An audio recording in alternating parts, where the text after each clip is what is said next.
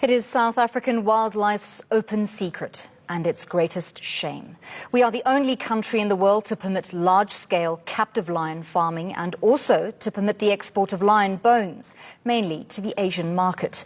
There are currently an estimated 12,000 captive lions in South Africa, nearly 4 times the number of wild lions in the country. These shocking numbers inform a powerful new documentary and book called Unfair Game, an expose of South Africa's captive-bred lion industry by billionaire British philanthropist Lord Ashcroft. He spoke exclusively to eNCA's Jeremy Maggs.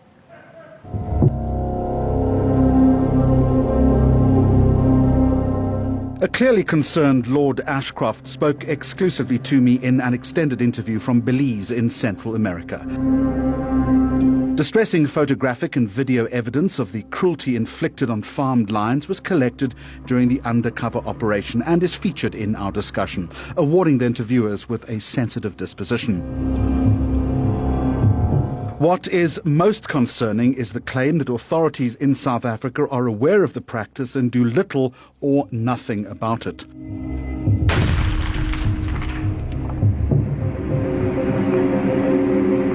His secret, self-funded operation involved ex-SAS soldiers and numerous clandestine helicopter missions over 2 years.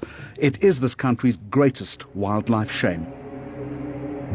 Over the years, I've been and travelled through all parts of South Africa. And when I was in South Africa a couple of years ago, I first heard about the canned lion industry. And at first, I couldn't believe what I was hearing. And so I started to speak to other people that were in conservation. And I was horrified and felt that as the first instance, I ought to actually find out whether it was true. And that was the first operation that I conducted and gathered enough material to then take the investigation even further. And the results were, as per the book, Unfair Game now. I want to get to the investigations in just a moment, but I wonder if this particular issue has maybe played second fiddle to the problem of rhino poaching that we have in this country. It's a topic, it's an issue that seems to get all the headlines. There is an enormous amount of interest, as you've said, within rhino poaching. There's a lot of interest in general trophy hunting and elephant poaching, ivory, so on and so forth. But I have deliberately kept away from getting too involved in anything other than the focus of tame lion breeding for slaughter and their bones, so as not to diversify away from the actual focus of what I'm trying to do here. The most serious claim that is made in the book and in the documentary is that they are born in captivity, they are kept in the most appalling conditions. Your concern, or one of your concerns, is that they could spread fatal diseases. You talk about botulism, you talk about tuberculosis. Given the COVID paradigm that we're currently facing, are you worried now about a new public health crisis? I was purely looking at the fact of the commerciality of these skeletons going to the Far East and being used in the so-called traditional medicine, lion cakes, lion wine, meant to be an aphrodisiac. And therefore, there was a falsehood in the purpose of the export of these skeletons. And it was only as I was looking into it in more detail and then seeking medical advice once the outbreak of COVID was hitting a pandemic as to whether there was any issue in these bones going into the wildlife market in China that could create disease. And a number of doctors said there was a distinct possibility that at some point of time, that the way these bones are smuggled out of South Africa, poorly regulated, and for purpose for which they're used for, could be the start of something. And that is why I've tried to call for the export of these skeletons from South Africa to be banned in any event. Could you give us a sense of how they are kept in captivity? Under what sort of conditions? In the first instance, they're bred for petting by kids and others. so that the lionesses are bred. The cubs are taken away from them within a couple of days or so, in order that the lioness is ready again to breed. And these cubs are then used for tourists who unwittingly believe they're either abandoned or the mother has rejected them. And many of the farms then unpaid volunteers from around who don't know the true story, who believe they're doing good things. As the cubs get bigger, then there is lion walking, where people pay to walk with the lions. Then eventually they're slaughtered for their bones. And in one instance, we found a farm where over 2 days, 54 lions have been shot for their bones, or they're then used for so-called hunt in when internet is released into a compound. And it's not a fair chase. The lion doesn't have a chance. The hunter goes in.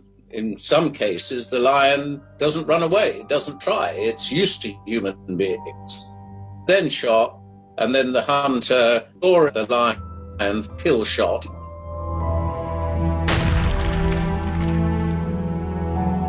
And then he may then want the body parts or the head as a trophy for his great bravery in tracking and killing this wonderful beast.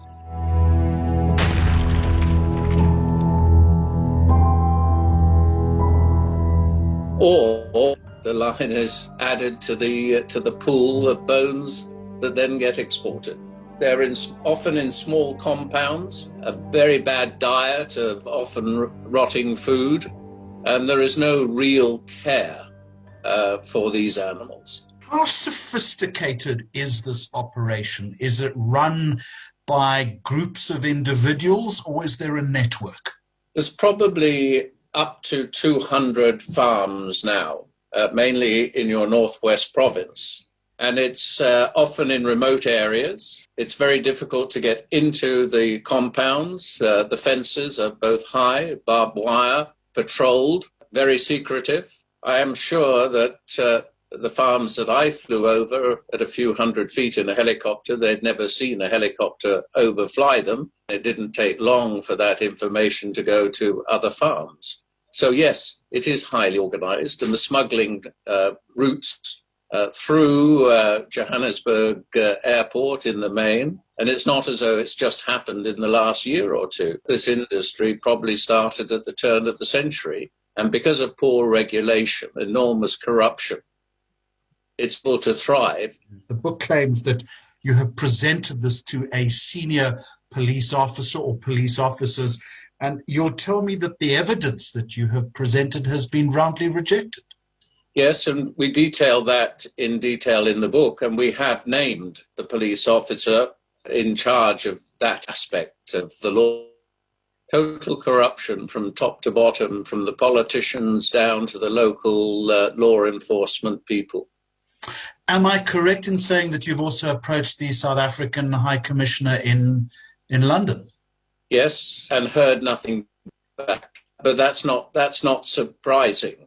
But it just meant that we had to raise the tempo a little bit, and that perhaps I should actually write this in a book with no holds barred, and attempt to put pressure on the South African government. This is a trade that smears brand South Africa. And your country is a beautiful country for wildlife and many other aspects.